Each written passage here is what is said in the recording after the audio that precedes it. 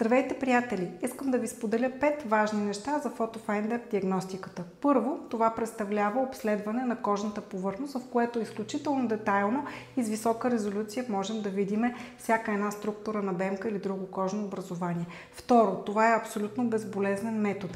На всичкото отгоре е абсолютно безопасен, защото представлява една фотографска камера, която ни снима, и в последствие един дерматоскоп с голямо увеличение, който може да обследва самите бемки. Четвърто, това е незаменим помощник в проследяването на нашите пациенти, защото може да наслагва образи при следващи посещения и ни дава възможност да видим различни нови случили се неща с бемките, като потъмняване, промяна и други детайли.